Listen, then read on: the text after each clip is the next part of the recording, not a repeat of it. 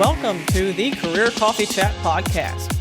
I'm your host, Aaron Urban, certified career strategist and executive coach, removing career roadblocks so you can achieve more impact, influence, and income. Welcome to Career Coffee Chat Live. I'm your host, Aaron Urban, certified career strategist and executive coach, helping driven, experienced professionals remove career roadblocks so you can not only unlock your potential, but achieve more impact, influence, and income. And I am really looking forward to talking to you this morning about your mindset. In fact, the top 3 secrets of a successful mindset or a success mindset. And with us today, joining us is Denise Csaky, professional certified coach with fireflymoment.com. What we'll be talking about today is how your mindset drives your life outcomes, whether that be your career or anything else in life. In fact, your mindset is the key identifier to what your outcomes will be. And we'll talk about, number one, why that is, how that works, and how you can leverage just minor adjustments in your daily schedule and in your internal narrative to make sure that you get the outcomes you want in your life, your profession, your career, and maybe even landing that job that you want. Yes, this also works for job seekers. And without further ado, I'd love to introduce you to Denise Csaky with fireflymoment.com. She is a professional certified coach with the International Coach Federation. She is also a leadership and executive coach, helping professionals find their ideal exit strategy from corporate humdrum life and achieving fulfillment in their life and their career. And Denise, it's great to see you. Hey, Aaron. So great to see you too. So happy to be back. Yeah. So Denise, for those of you who are just tuning in, was on the show back in the spring. And when Career Coffee Chat was pretty new and we're just spreading our little wings. And actually, she was our very first guest. And yeah, it was great. You didn't know. I had no idea. I'm so honored. So glad to have you, Denise. They've done a lot of research in mindset and how our focus drives our life outcomes. And one of those little tips that I can give you is our brain receives millions of bits of information per second, like 11 million bits of information per second or something like that. While that sounds very impressive, and it is, just know that we do not process that much information. We only process about 6 to 8 bits of information per second. That's pretty good still. So as you can tell, there's a lot of filtering going on. And guess what filters our mindset, our what we process? I think I just gave it away, Denise. So we share with our listeners and our participants, what is that filter? Yeah, I mean, the filter, it's your mindset. So just to piggyback on what you're saying, Aaron, so your mindset, it's your way of thinking, your opinions, your morals, your values. And oftentimes a lot of this has been picked up from your family, from society, from your friends, and from kind of like what you were saying, from your life's experiences. So in a sense, it's almost like there are a set of lenses through which you see the world and through which you make choices and decisions for yourself. And it affects what actions both that you do take and that which you don't take. Mm-hmm. That's right. That's absolutely right. Yeah. Bing, bing, bing, bing, bing. We've got a winner. Yes. Yeah. So your mindset is your mental, and I'm going to use a bad word, bias. Mm-hmm. Bias is not technically in itself a bad word, ladies and gentlemen. It's just lately in our society has become a bad word, but it's actually your mental bias. Even that narrative, that internal narrative that you have, your labels, your beliefs, whether they be good beliefs or false beliefs. And I'll share with you that I had to overcome a lot of false labels and false beliefs as a human being and as someone who grew up in a very different background. One that I've had to struggle with and I'm letting go of lately is I came from a survivalist family. If any of you know Preparers, you ever seen that show? I think there's a show about people who prepare. So I'm currently moving my mom to Texas, and we're getting rid of all this stuff. And my husband's like, why does your family have cases of soap? Just wondering. Inquiring minds want to know, like, why is there cases of shampoo and baking soda? What's going on? So I shared with him, hey, my family believed in the year 2000 the world was going to end. So there you go. And we're now throwing out all that. We need to back up a dumpster. So, and having to let go of some false beliefs, around growing up in that mindset. That was a mindset. And some of those false beliefs are not trusting the system, not putting away money in your 401k because it's all going to end, right? And it drives bad decisions sometimes. Now, let's fast forward that into your career. Let's just say that one of your internal narratives is, I just never seem to get promoted. I just never seem to get good opportunities. Denise, what's the potential outcome of that? I mean, here's to take this off on a little bit of a side tangent and come back to what you're saying. So here's the thing about mindset is that, we gave you a description, a definition of what mindset is basically.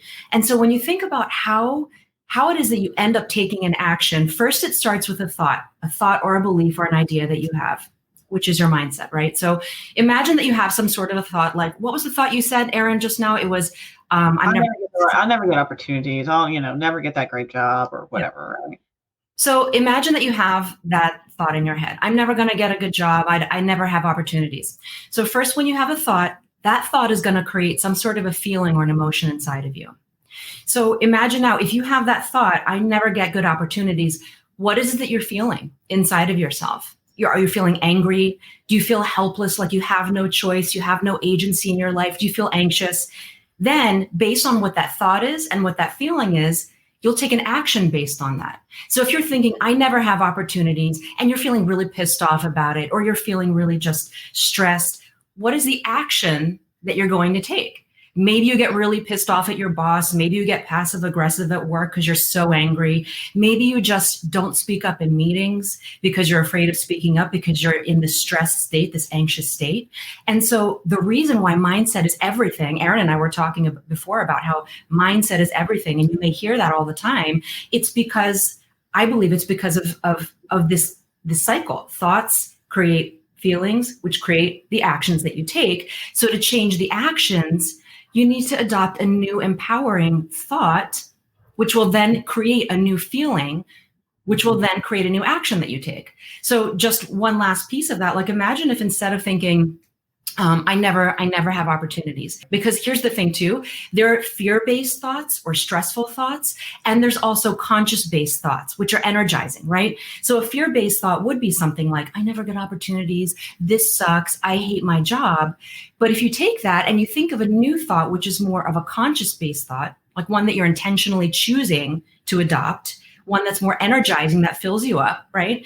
Then that might look something like, what action could I take? What's one action that I could actually take to create an opportunity for myself? Where have I not seen an opportunity in my life that I've been missing? Or it could be something like that, which feels way more empowering. I would suggest, I think it feels way more empowering than the, oh, my job sucks thought, right? So then if you're thinking a more empowered feeling, right? Then what is the action that you're going to take based on that? You're feeling a little bit lighter, a little bit more creative, and you're actually from that place of thinking this new empowered thought and feeling this more energizing feeling, you're going to see some new possibilities that were closed to you before because you were just locked with your blinders on of being angry or stressed or anxious. And so shifting your mindset, i.e. adopting a new thought, is going to change the feeling that you have and the action that you take. Okay, Erin, back to you. No, I love it. I mean, that's such a succinct synopsis of actually what happens. And also, and let's just say you're looking for new opportunities, for example, and you've got the mindset. And here's the thing: when you're in transition, it's very easy because we link our sense of self-worth with having a job, which is nothing to do with one another, by the way.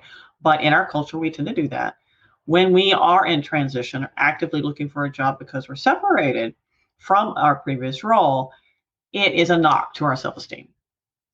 So we're dealing with that, which is already setting up the wrong mindset, the wrong emotional register, and setting up this feedback loop and this internal narrative that's not conducive to you finding new opportunities. So what happens is when you're in that state and in that emotional register and in that mindset, when an opportunity presents itself, you may end up passing it over because, oh, well, I'll never get that. I'm not qualified enough, or I think I have to check all the boxes, or whatever that is. You may pass up an opportunity because of that negative narrative, that negative self-talk. So what's interesting is, you're absolutely right, Denise. Your mindset sets the emotional register, establishes the actions, and establishes inaction too. Exactly. Things that our brain will ignore, because remember I mentioned earlier, we receive all this information, we only process a certain amount, and the filter by which that determines that filter is our mindset. So if you need proof of this, if any of you have been in the market to purchase a vehicle, right? What is that vehicle you see suddenly everywhere, right? My husband purchased a Toyota Tacoma, and he's like, there's one, and there's one, and there's one, and there's one. Well, first of all, yes, they're everywhere, and yes. Now they're everywhere for him, because that's what his brain has been told to look for.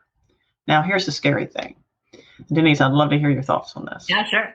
So let's just say we have a negative internal narrative, a negative mindset, a negative emotional register. We have decided XYZ is true, and it's a negative thing for us and self-sabotaging. What else does our brain do? Our brain, when we've established a bias, will look for proof that bias is correct. And what's interesting is research has proven that even in situations where you have obvious evidence otherwise, your brain will naturally try to defend your own bias. Ew. How scary is that? And what can we do about that? It's interesting because that kind of goes back to what I was saying, where you can have a fear-based thought or a conscious-based thought. So you're absolutely right. It's definitely true. I loved your point about the cars, because we've all been there too. Whether it's you're going through a breakup and you see your ex's car all over the road, or you want to buy a car, or whatever it may be, your brain you are going to notice things. And it is going to be things that support your story, the story you have about what's going on, based on the so-called lenses that you have on yourself, based on how you're interpreting situations. And so that can be scary.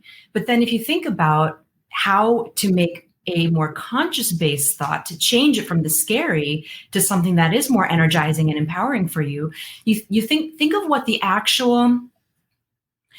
the actual situation you're looking at, and try and figure out if you can sum up how it is that you're feeling and thinking into like one sentence.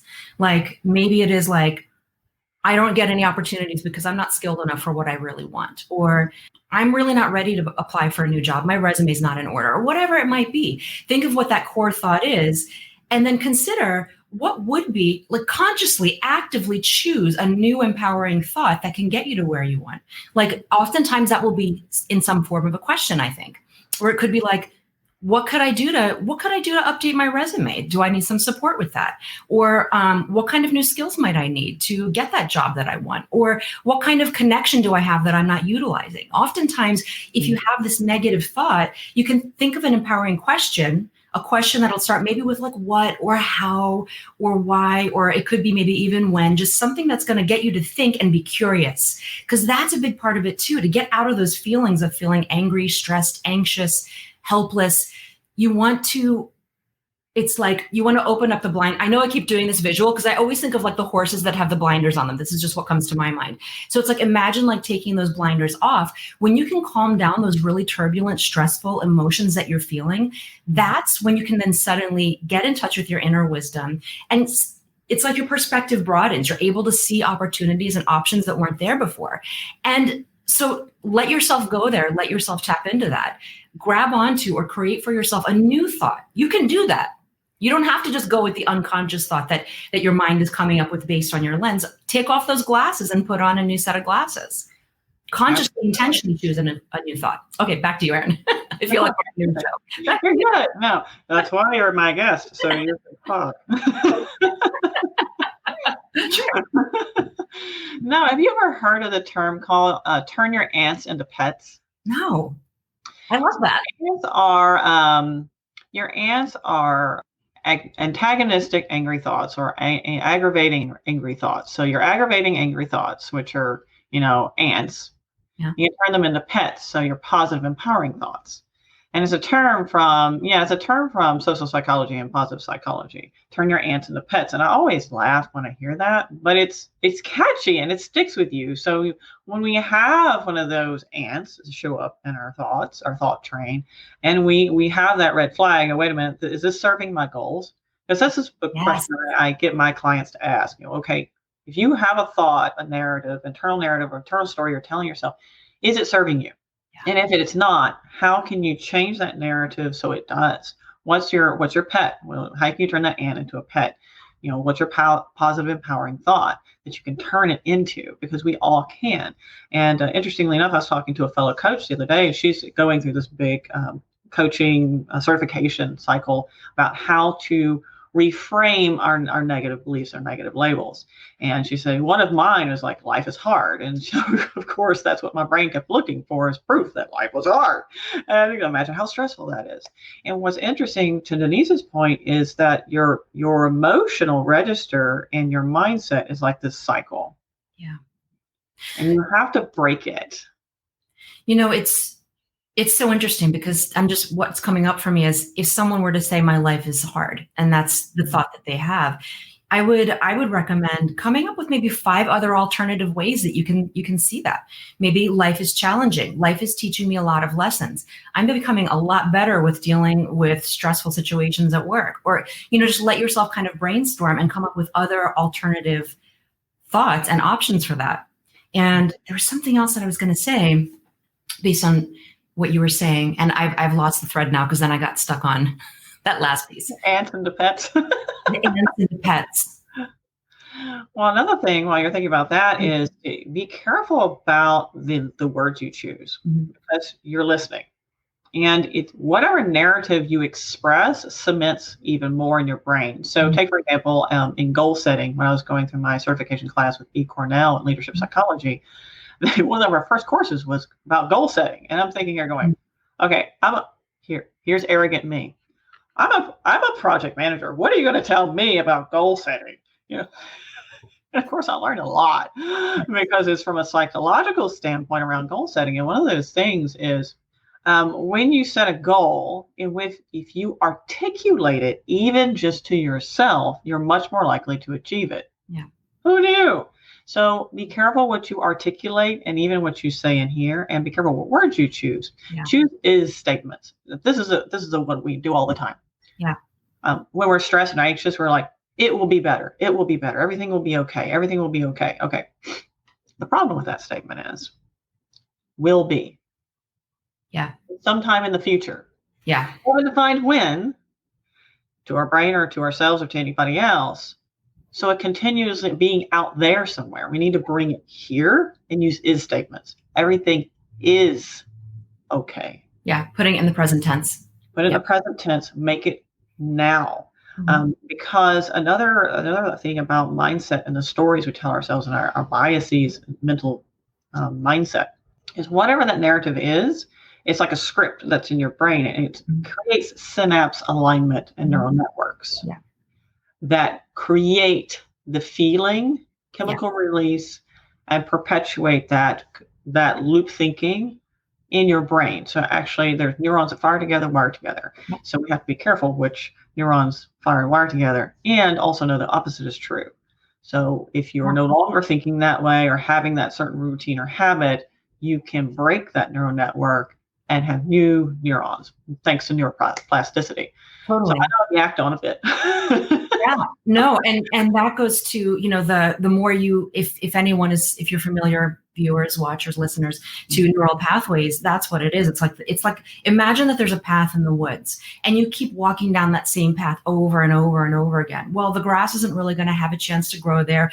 The path is just going to get deeper and stronger and more defined, right? It's just going to become the path. But then as soon as you start, imagine then you're walking down your path, and all of a sudden you see a little hint of a path over there to the right, and you're like, what's over there? What's down that path? I've never been there before. I'm going to try taking that path. So then you take that path. And all of a sudden, imagine you're walking in this new direction. You're going to see flowers maybe that you haven't noticed before. Maybe there's some beautiful trees coming up. You're going to see different things that you haven't seen before. And you're like, this is beautiful. This is amazing. I'm going to keep taking this path. And so then as you keep taking that path, the grass that's on the path, that's going to get worn away. That path is going to get stronger and more defined. And then you've neglected going down the other path. So that one's going to start to grow over. The weeds are going to grow over there. So this is how you start weakening the old thought patterns that you have and create new ones and stronger ones. It's by consciously making that choice of choosing a new path. And to your point before, I remembered what I was going to say before. It was about long-term goals. If you know, it's a great idea to figure out, what is my long-term goal? What is my end goal? What would I love to create?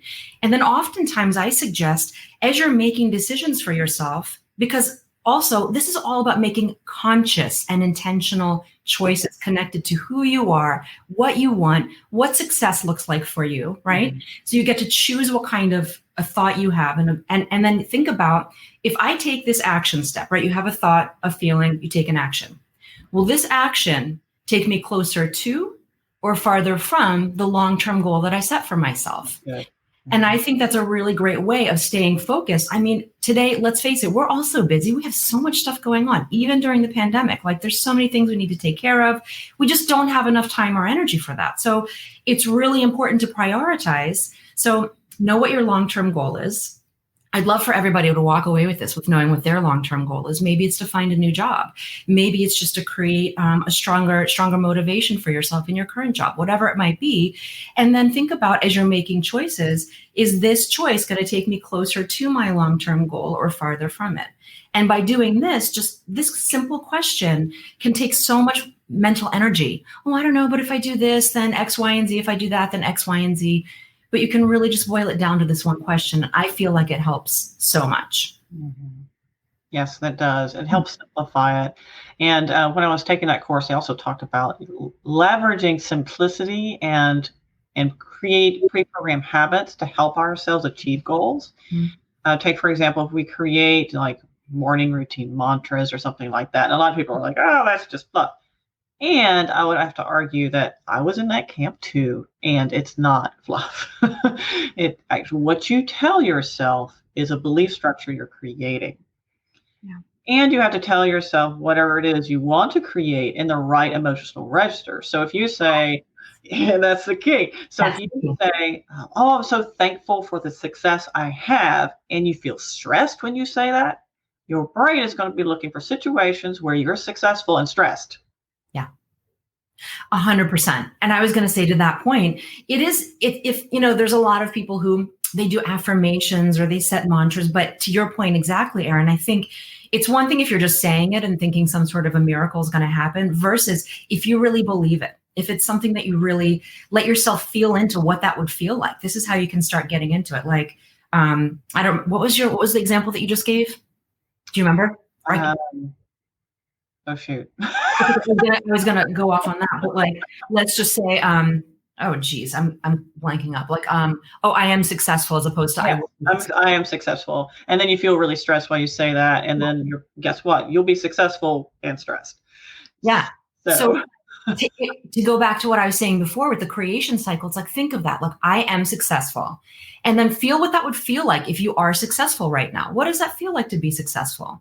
Maybe you have, the free time to spend with your family. Maybe that means you have extra disposable income to be able to, once this pandemic is over, take a vacation or whatever that might be for you, right? Like, what does that mean? And then how does that feel? How would it be to be able to spend that time with your family? How would it feel to be able to take that vacation to this dream place that you want to go, this amazing spot? And then based on that thought, like, I am successful. Wow, it feels so great to be able to spend this time with my family, and I'm planning this vacation. It feels amazing. And then what action does that lead you to take right now? And so it's almost like you're reverse engineering it. It's like the actions that you're taking now are going to lead you to this long-term goal that you have, which is that initial thought, which now we're coming full circle, goes back to mindset, and why mindset is so important. Right. Absolutely. It's deceptively simple. Human beings love to overcomplicate things. And And I'll also say that we have so much going on in our lives. And I know I do. I know, Denise, you do. Share with me, those of you who are tuning in, what's your goal and what's that one step that you can take, that one first step that you can take to start on that journey? Because achieving anything is a journey. And I encourage you along the journey, don't just think about the end point. Because it came to me a couple of weeks ago, we spend our entire life focused on this end goal. I want to retire with a certain amount of money in the bank or whatever it is. And that's fine. There's nothing wrong with that. However, we forget to enjoy the journey along the way and be present. And as Denise and I were talking just the other day, we are so caught up and worried about the future and dragging this baggage train behind us that's weighs several tons that we're never present. And right now, I don't know about you, but it feels like my brain is going ding, ding, ding, ding, ding, ding, ding, ding, ding, ding, all over the place, like a mad pinball machine, because there's so much going on. And in order, so you're probably maybe thinking to yourself, some of you, whether you're watching now or later, well, this sounds great. How can I get the mental clarity to start even working on this? Mm-hmm. Yeah. For anyone who's interested, I actually it's a free morning ritual. It's what I do myself every morning. And I just call it the Me Time morning ritual. And basically what that does is it helps you to take just 15 minutes every day. Hopefully everyone can just find 15 minutes in the morning. And it's just a series of 3 steps that you can take, plus 1 bonus one I put in there for extra points for yourself.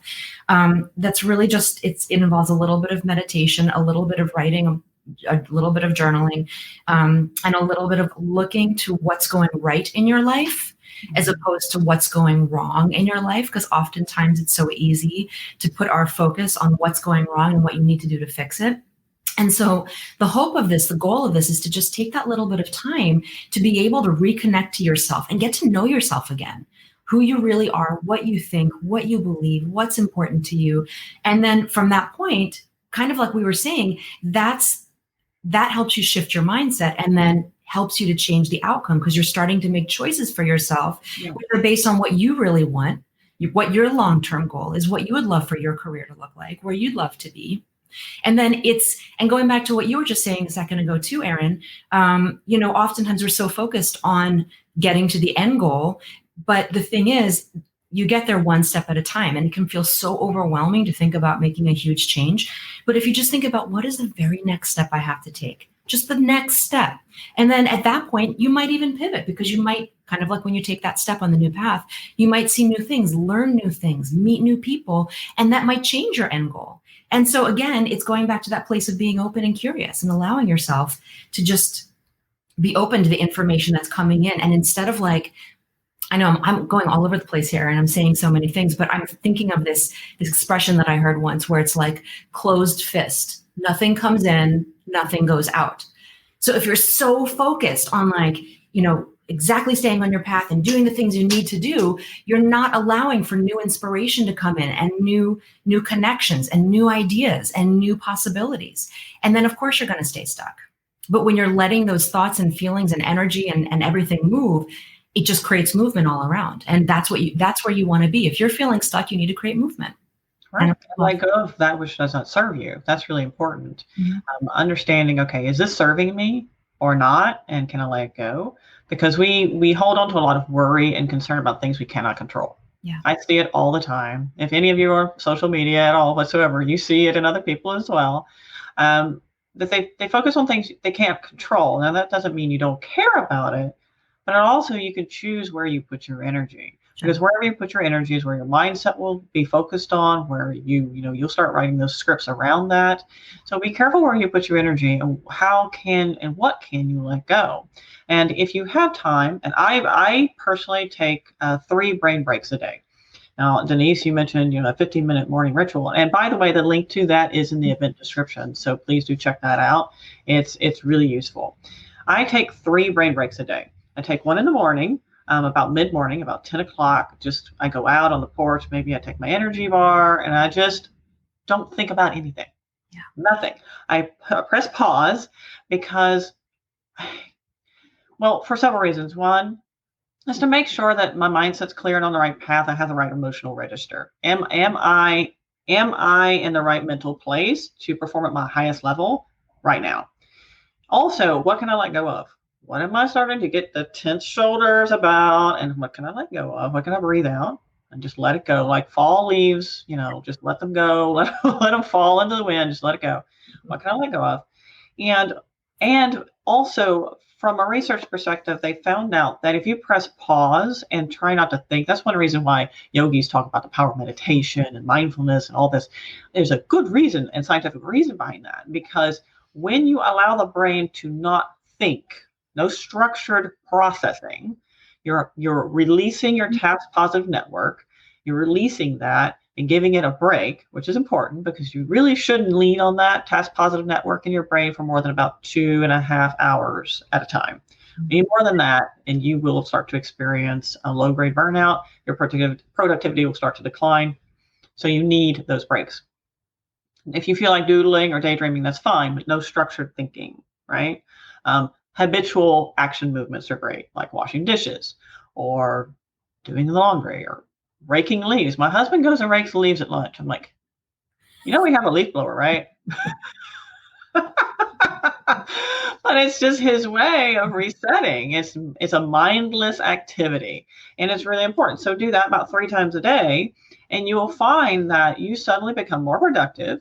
Your mindset at the end of the day, you don't feel like, ugh, I'm dead. You will start to feel more refreshed and focusing on what you can control. And like as Denise mentioned, what you're thankful for. It's really important because that emotional register is huge. Denise, what are your thoughts? You have anything to add to that? First of all, Erin, I love how you always have the scientific aspect to things, and it really helps to lock that in and like, oh yeah, that makes total sense. And I love how you take the breaks. I think it's so important. And that just reminds me of, again, something that I had mentioned before too. It's like when you let yourself disconnect from those stressful feelings and thoughts, and then you let all that kind of subside, even the thoughts of like when you're at work and you're saying like, oh my God, what am I stressed about? And you're like, I'm just going to go outside and just have my energy bar. It's like when you just disconnect from all of that, again, that's when you really you disconnect from that, all that out there and with what's going on in your mind, and you reconnect with yourself, with your inner wisdom, with your intuition. And then that's when your ideas start coming up and what you really think and feel starts coming up, as opposed to what you think you should be thinking and feeling and taking care of. It's kind of like that thing where they say, oh, sometimes people get the best ideas when they're in the shower. Yeah. Because you're in the shower, you're not thinking, you're just like washing yourself, whatever. And then you create space. It's literally creating space for other things to pop up, things that are just bubbling up inside of you, waiting to just come to the surface. You're making room for that. Mm-hmm. Amin asked, he's like, hi, Erin. He apologized. He said, oh, I meant Erin. I know. You're fine. If I had a dime for all the time people spell my name, you're good. When will your book be available on Amazon? So my book will be available on Amazon in January. So that launch is happening in January. Woohoo! Here's to a better 2021. Please do get in on the launch party. That link is in the event description as well. Go to Up Solutions or coachyurban.com and go navigate to books, and you can click the launch button, become a part of the launch party. There'll be tons of prizes, free giveaways. We'll be having a big party. It'll be the best New Year's party ever. And I'll be releasing, I think it's the last week of January. We're still trying to figure out whether it's going to be mid-January or last week of January, but it'll be in January. So yay. And by the way, in that book, we talk about mental atmosphere for growth. Yeah. So having an atmosphere for growth in your mind is so important. And when Denise, something you said about that closed fist, nothing in, nothing out, and that's what we call fixed mindset. So that fixed mindset thinking. And when we have a fixed mindset, we're just staying in that same rut, doing the same thing over and over and over again. Even if it's a positive thing, a little bit of new is not a bad thing. Because what we're doing when we're in this state is we are not encouraging neuroplasticity. And neuroplasticity is our ability to create new neural networks and new neurons that fire and wire together. If you can do that up to an advanced age, it doesn't stop at childhood, in fact. And even pruning, which is when you no longer have that neuron firing wiring together. So it's an old habit. You don't know where to do it. The brain prunes that. It does happen even in adulthood. So leverage that to your advantage. And when you're mentioning, Denise, that new path, and also you see these new things, when neurons fire and wire together for the first time, there's actually a feeling that you get with it. It's like this, oh, that all of a sudden, like the light bulb, it's that feeling when your neurons are firing and wiring together for the first time. It's a beautiful thing. So I encourage you to perpetuate that. Who wouldn't want more of that feeling? Right, exactly. It's a great feeling. Let yourself go there. Denise, I know you have some more interesting information to share. I know that's probably not all we have to talk about when it comes to mindset. It's certainly not all. And what's interesting is our bodies will fight to keep normal. Yeah.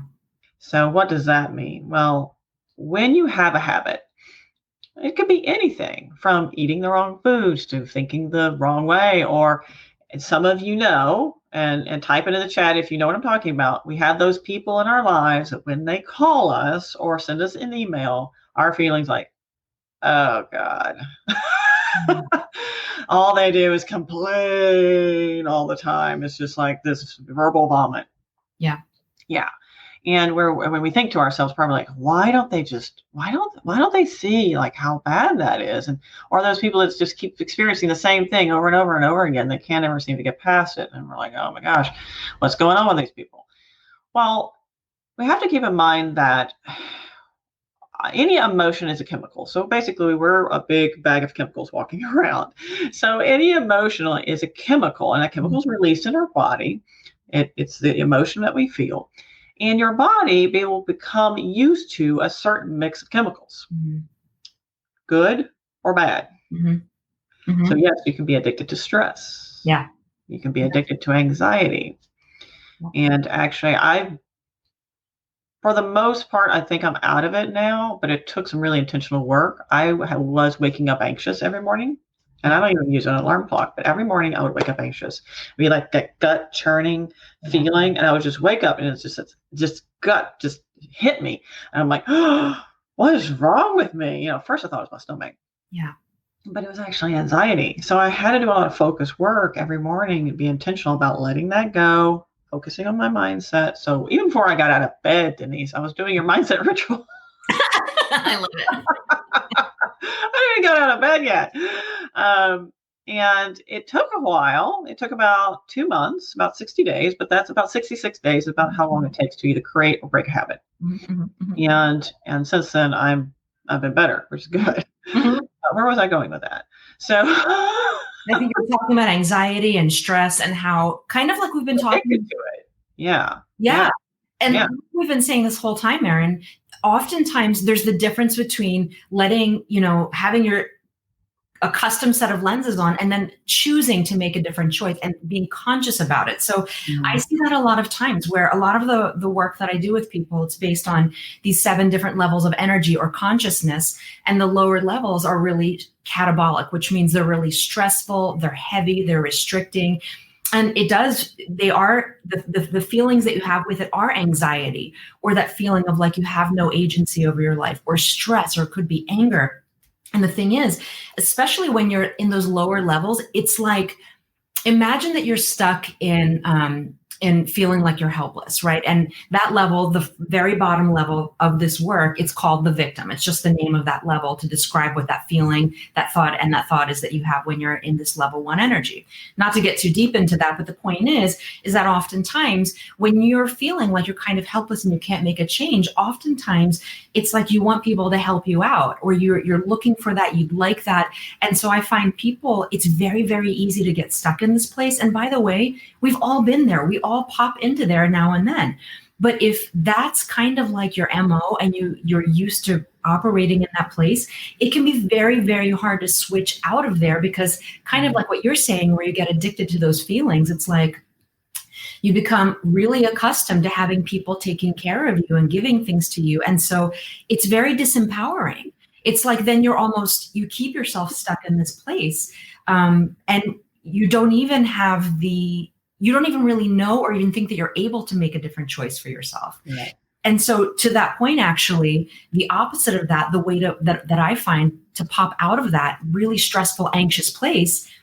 And actually, anyone who's listening and watching, think about it. If you're feeling really stressed or anxious about something, oftentimes it might be because you feel like you're out of control. You don't have control over what's happening to you in your situation, or you're not happy with where you are. So what would be the antidote to that? The antidote to that, I would suggest, is to think of one thing, one area, again, one little step that you can take over which you do have control. And just that action of empowering yourself to make a change that you are able to do it, it starts feeding you a different kind of a feeling. So no longer that feeling of like people are doing for me and helping me, and getting like, oh, you poor thing, like that kind of energy in. But it's starting to build that muscle of you can make change, right? And so this is kind of almost the reverse engineering again. It's like, if you take the action that you want to take, that you're empowered to, that you know that you have the choice to make, and then how does that feel? You feel a little bit lighter. You feel like you get a little bit more confidence. You have a little bit more energy. And then that leads to a thought perhaps of like, wow, that was great. I can do that again. What else can I do? What's the next step? Right. And so we're always going back to the mindset, Erin. I mean, but it's true. It's very easy to get stuck somewhere. And I'm a broken record because I just so believe in this. Everything. It's all about becoming intentional and conscious about what you're thinking, what kind of choices you're making, and then choose to do differently. You can do it. You really, really, really can do it. And you can make a change to your career, to your success by changing, adopting, as we said, a new empowering thought, and then seeing what feeling that creates and what is the new action that you're going to take based on this new thought and this new feeling. Right. Yeah. Some people avoid risk taking. For example, in the job search, they may not apply for a certain job because they're like, oh, I can't check all the boxes. Okay. Well, technically, behind the scenes, you don't want to check all the boxes necessarily because you want to leave room for growth and a stretch goal, right? Because if you're a hiring manager and you're looking at someone who has a check all the box resume, well, they're not going to reach out to you because they know you're going to get bored. But because we're operating in a place of fear, and more that lower level energy, as you mentioned, we're operating in a place of fear. We're worried that, well, if I don't check all the boxes, then I might not get the call. Well, in fact, you're actually self-sabotaging, but you're not giving yourself the opportunity to realize that you can do it. Mm-hmm. And so that's just one example. Mm-hmm. But we do this all the time, and we self-sabotage all the time. Yeah. And here's the deal. It's unconscious. We don't even realize it. So by becoming more intentional, to your point, Denise, taking those few minutes a day, there's not many minutes, just a few minutes a day to say, okay, what do I need to achieve? What's that one action I can take today? Is there anything that's roadblocking me? Is there anything standing in my way? Do I need to cognitively reframe anything? Mm-hmm. So is there there's a negative narrative going on in my head, or do I have a negative belief or something that's a sabotage belief? Can I rewrite that? Can I rescript that? Can I cognitively reframe it into something that's more empowering? Can I turn that ant into a pet? So there's lots of different ways. I know, it's so funny, isn't it? There's a lot of different ways to overcome it. And know this, sometimes, not always, but sometimes when we're working on this, it can feel uncomfortable. And the reason it feels uncomfortable is because it's new. We haven't been there yet. We haven't developed that neural network for whatever that is yet. We haven't developed that mental neural script. It's new to us. So it is uncomfortable slightly. And that's not necessarily a bad thing. And I would argue that it's a good thing. Because here's the thing. It reminds me of that quote by Einstein, which is, insanity is doing the same thing over and over again and expecting different results. The thing, it's like, if you actually want a different result, what that means is you have to do something new, right? You have to take a new step so you're creating a different result and not always getting the same result. And the thing is, how many times when we're doing something new, it's totally normal and it's completely common to feel uncomfortable because it is something new. So something can be the right choice. It can be new and right, and also feel scary and also feel comfortable. It's not mutually exclusive. It doesn't mean that just because something feels uncomfortable that it's wrong, that it just means perhaps that it's something new. And you want to be going in a new direction, if you're not happy with where you are and you're feeling stuck. And also then going back to your point, my God, that could be a whole other conversation just about the different kinds of fears and the thoughts and the limiting beliefs that you have that hold you back. Yeah, you're right. I mean, usually it is some sort of a fear, some sort of a belief that either we've made about the world based on seeing it. Sometimes it's one that someone handed off to us, like a family member told us something, but we're not able to do that. We can't do that, or this is how things work. Or it's an interpretation that we've made based on the fact that, well, this happened to me before. If I do this, I asked for promotion before. I'm using an example. I asked my boss for a promotion 2 months into my position here, and he said no, that I'm not ready for it. And so now it's a year later. Well, no, I can't ask for a promotion because my boss said, I wasn't ready for it. So, but the situation is different, right? Now it's like a year in, and it's like, but that fear, it's like the excuse you're giving yourself. Well, it happened before, it has to happen again. History's going to repeat itself. But does it really? Is that really true? Is that really true that history's going to have to repeat itself? Right. I get that from some clients who are like, oh, well, I did so and such and such happened at that previous role. So I just don't want to do that again. Okay, well, not every role's the same and people are different. So just because you asked for that promotion at your previous role and didn't get it, that doesn't mean you shouldn't do it in the future. Because you have a different scenario, you have different people, a different role, a different situation altogether. So another thing we do to ourselves is tell ourselves that we will feel good if a certain thing happens. I'll be happy if. I think I know where you're going with this. Go ahead. I'll be happy if I get the promotion. And I'm not going to be happy until I get that. Well, okay, so you just set a limit on how much happiness you're willing to accept. And what's interesting, I want to grab this book really quick. It's by as I hop out of the show really quick. It's by Gay Hendricks. He's a PhD psychologist. It's called The Big Leap. And yes, it's this. Well, no, it's not backwards.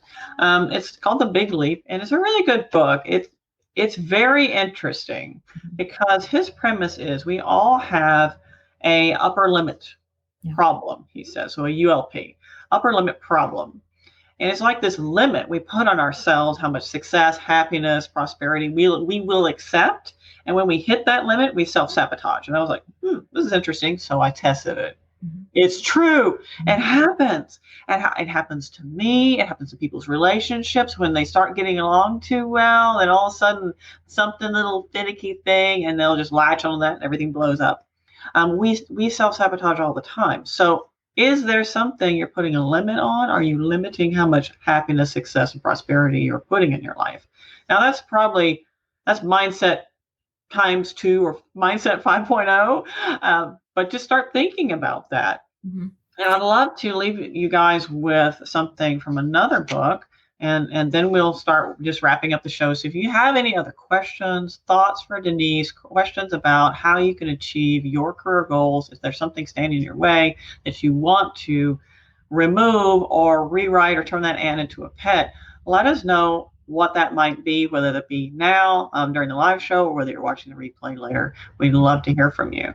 So this book is called Broadcasting Happiness by Michelle Gillian. And she talks about the power of mindset, particularly of higher emotional registers. She says our stories and the internal narrative.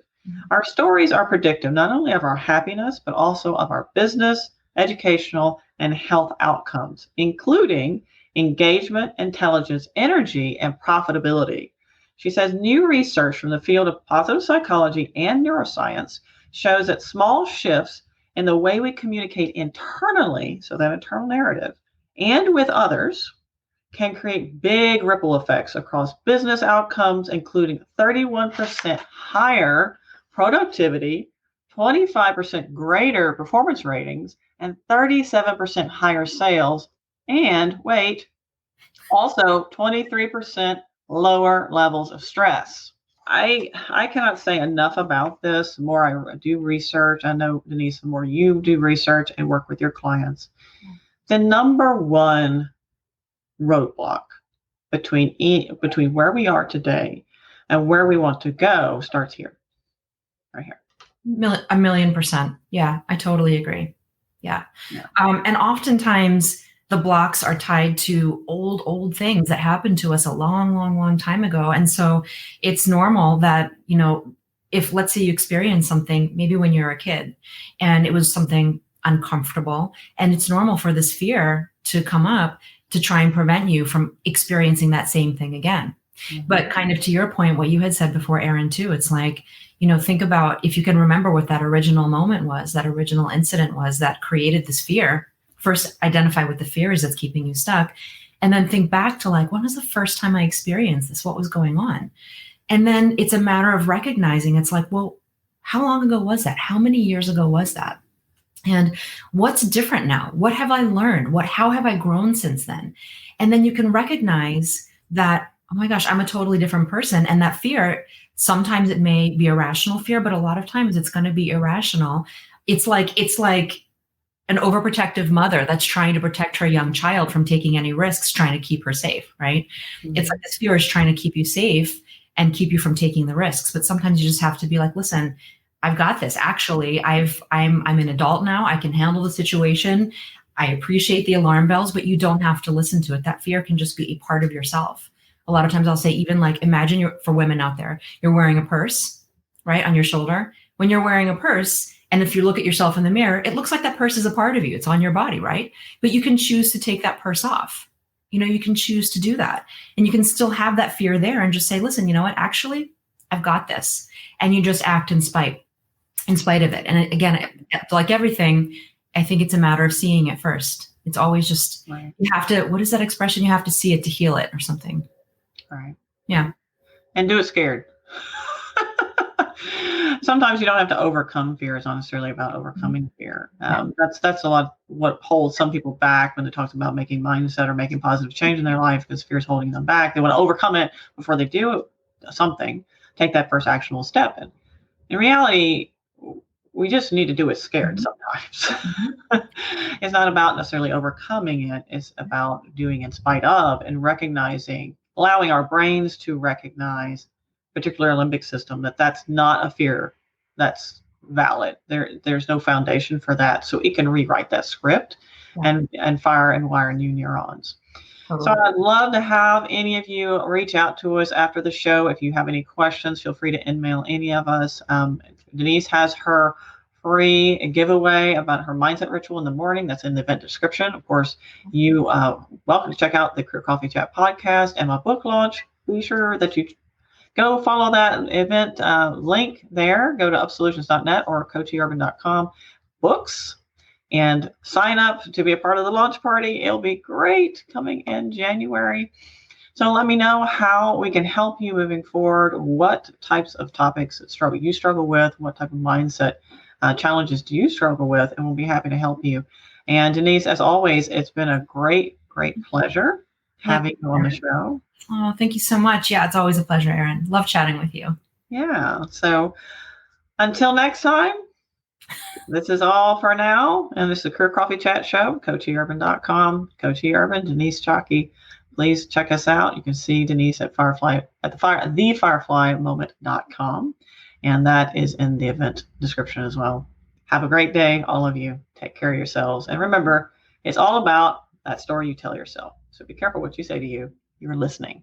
Thank you for tuning in on the Career Coffee Chat podcast. It's been a pleasure. Feel free to reach out to me. My email is coachyurban@gmail.com or tweet at coacheurban, Instagram, coach.eurban, or reach out to my Facebook group, Elevate Your Career. So I'd love to learn more about you, hear your insights, and what questions you have. You can find out more about me at coachyurban.com. And don't forget, please do reach out on LinkedIn. You can find me at Erin Urban. Until next time, cheers. Here's to caffeinating your career.